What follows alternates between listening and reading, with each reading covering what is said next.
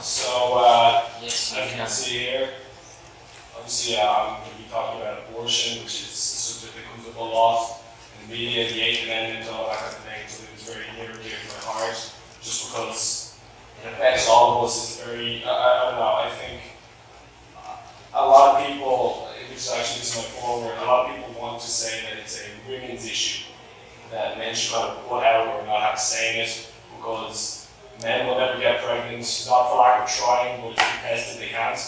And so, it's none of their concern. But when we're talking about things like rights, human rights, people's right to life, bodily integrity, all of this kind of thing, that affects all of us. And we're living in this society, it's a closed system, and we all have to share this space. So if something happens to one, it happens to all of us. And so it's not reasonable. You wouldn't raise that argument for anything else, oh well, you're not into drug culture, so you can't say, whether or not drugs should be dealt with. That makes no sense whatsoever. So, with that being said, that conveniently brings us on to the, my apologies. The first issue at hand, which is, it's my body, my choice, which is a perfect transition. It's almost like a planet.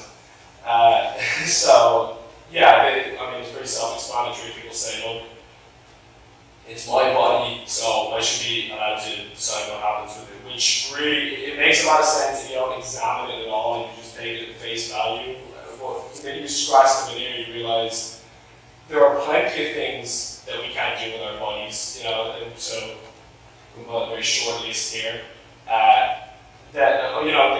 The whole point of living in a society is that you can't just do what you want. And of course, I've chosen kind of hyperbolic, comical examples there, but it all boils down to, in essence, this sentence, which I really like: my right to throw punches ends in your face.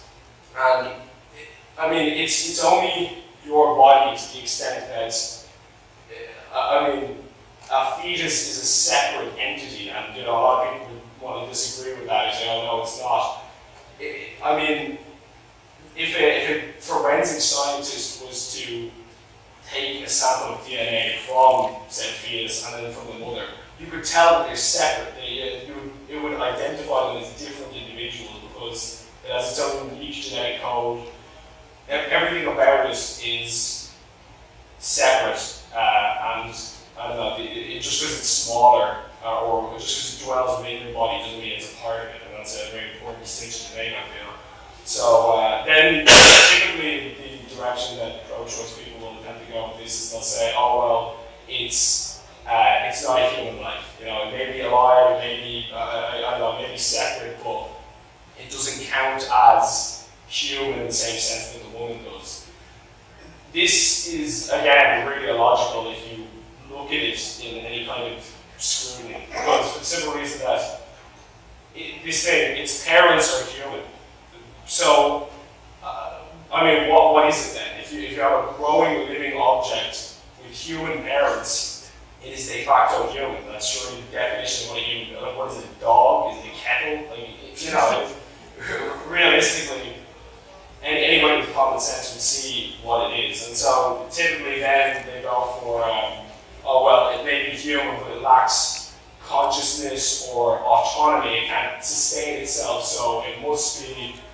It's a lower category of human, or it's not entitled to all the rights of somebody who has those traits. That's extremely dodgy for what should be obvious reasons, but this is the first among them being, if that's going to be our criteria for whether or not somebody has the right to live, suddenly people in comas, they're not conscious, or is it acceptable to euthanize people in comas?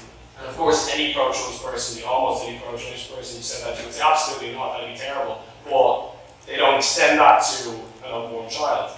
Similarly, they'll say, autonomy, people on life support, should we just be able to switch them off? Of course not. Nobody supports that, but suddenly they become temporarily illogical when it comes to this one issue because it's so emotive. Then the other reason is, this is kind of more important in a way.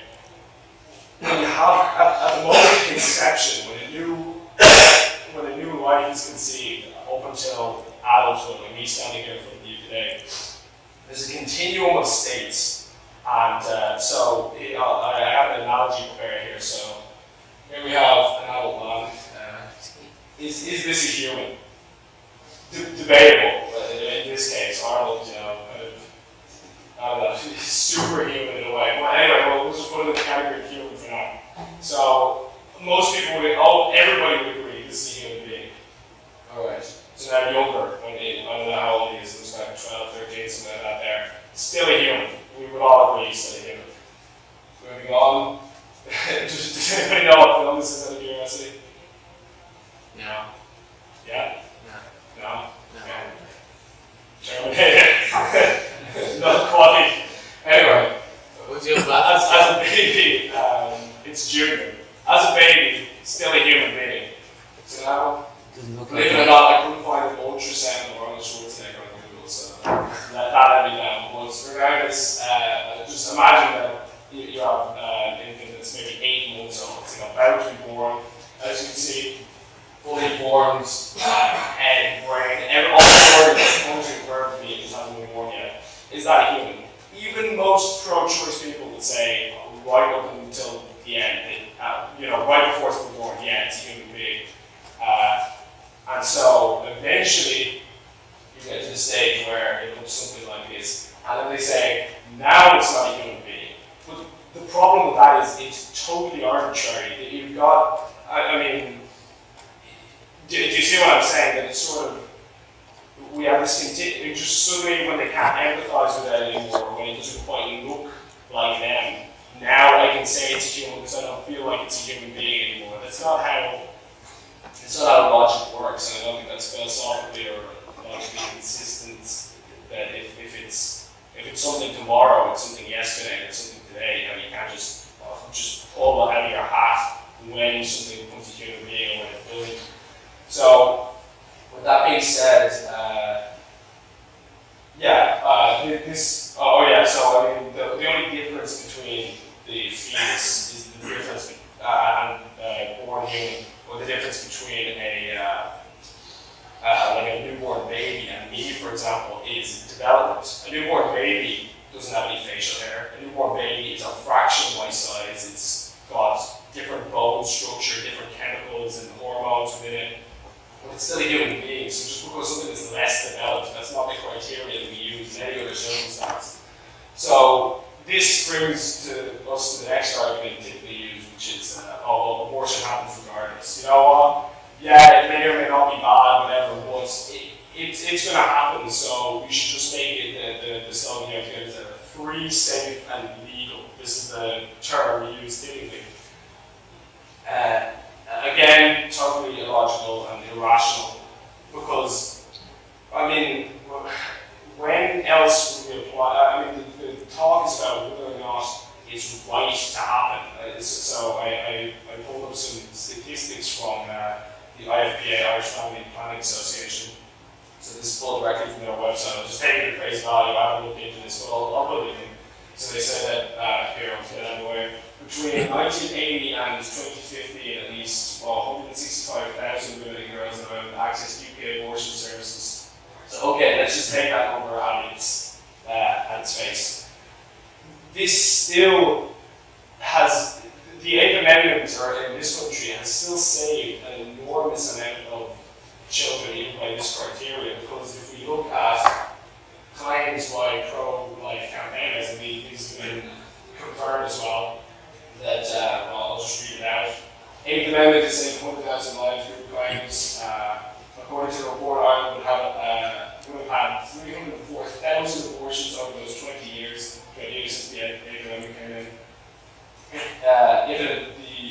If the abortion rate in England and Wales, which meant that some 196,000 pregnancies would have been terminated, they would have been terminated, had they continued to learn, and similar numbers for AIDS. So they basically took the current rate in places like Spain and Britain, all these different countries, and said that by population, if they had it here, it would have been around these numbers, around hundreds of thousands of babies that would have been killed. So to say, it happens anyway, well, it certainly reduces the rate at which it happened. But even if it didn't, let's say the abortion rate is the exact same regardless of whether or not it's legal. Let's take something like human trafficking. Human trafficking happens anyway. That's something that's still really prevalent in society. It's an extremely pressing issue. But if somebody was to just say, oh well, let's just make it illegal and bring in laws about what you can and can't do to the people who are being trafficked, just so it's safer, so everyone wins that way, because it's going to happen anyway, so that's just, we might as well give up. That's, the talk is about whether or not it's right or wrong. And, everybody has different opinions on that, otherwise this wouldn't be happening. It's a red herring to try and confuse the issue with that. If we come down and decide that it's wrong, which I think we should, obviously, then we shouldn't allow it, regardless of, it's a non-issue whether or not it happens or not. People are going to break the law, people are going to do things that are immoral, but we can't give into that. It's not responsible and it's not right. And then lastly, you often get this, that being pro-choice, that's the pro-woman side of the debate, and that's, or similarly corroborating that being pro-life is anti-woman in some way, which, and they talk about how the Eighth Amendment is anti-woman as well. This is a really big thing to get. People talk a lot about the Eighth Amendment, but they don't actually know necessarily the content of it. So I just like to put it up here. This is the dreaded Eighth Amendment that everybody fears so much. Talks about how horrific it is. And the state acknowledges the right to life of the unborn, and with due regard to the equal rights to life of the mother, guarantees in its laws to respect and, as far as practicable, by its laws to defend and vindicate that right. So in plain English, what it's saying is the mother's life is equally valuable to the child. It's not throwing the mother under the bus. It's not kind of leaving women to some horrific fate. It's just protecting both of them equally, and that's totally just and fair and reasonable. That's how it should be. And that line, as far as practicable, that's extremely important, because it is legal if the woman's life is threatened in this country. There's a big myth that they want to say, oh, we need to change laws because of, this person died, that person died. Every case where somebody has died and been denied an abortion in this country, that was medical malpractice. That is not the policy in this country to allow that under law. If somebody's life is threatened, it is totally logical and makes sense. Why would you want two people to die? Of course, it's a horrific situation, but of course in that case, abortion or some kind of medical procedure that will threaten the child's life is necessary. Nobody would say otherwise, but to claim that the Eighth Amendment is somehow anti-woman is just ridiculous. Similarly, on that note, it disregards the amount of pro-life women that there are. They're already against themselves. By definition, if there are many pro-life women, which there are, they clearly don't think that it's anti-woman. So it's sort of, you have to conveniently ignore that fact in order to even make that argument in the first place.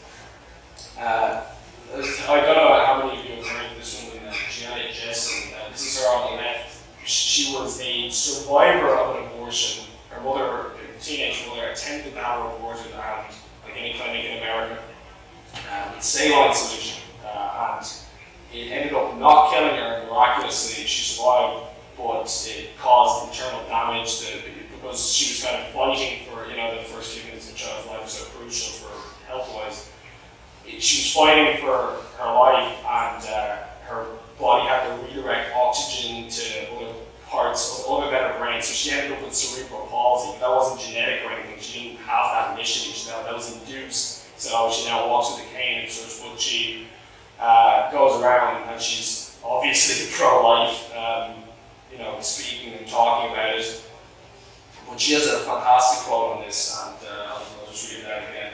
If abortion is merely about women's rights, ladies and gentlemen, then in walk or mine, there was not a radical feminist standing up about how my rights are being violated that day. In fact, my life was being snuffed out in the name of women's rights.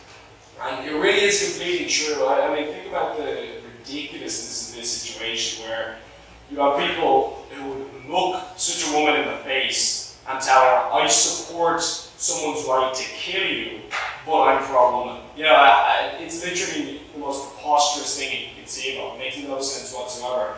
And that brings you to all other kinds of dodgy roads, where of course I'm sure people know that there are many countries like China, which is a very patriarchal country, that has lots of bad attitudes towards women and abortion, and so women are disproportionately aborted, like our little girls, based on the fact that they're little girls, and this happens in loads of countries. So it's just a genocide on baby girls across the world, and you're thinking, these are the people who are pro-woman, these people are standing up for women's rights, and it's totally, it makes no sense whatsoever. So in conclusion, I just like to, I mean, it's not just the mother's body that's at stake. There is more at stake than that. It is a human life. You can't deny that something that is living and breathing and that has human parents is human. That's just not, I mean, you can deny it, but it makes no sense. You're just kind of putting your fingers in your ears and saying, la la la. The Eighth Amendment is effective in producing mother and baby, and even if it wasn't, that wouldn't matter.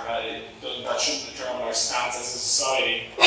And ultimately, though people's motivations may be good, because I don't view people who are pro-choice as malevolent or something. I believe they genuinely support, that they want to help people, and they think that it's the best outcome.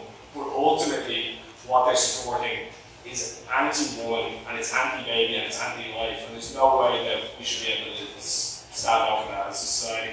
So, with that being said, thank you very much for listening. And if there's any questions, I'll answer them now. If not, I'll end here. No questions? All right.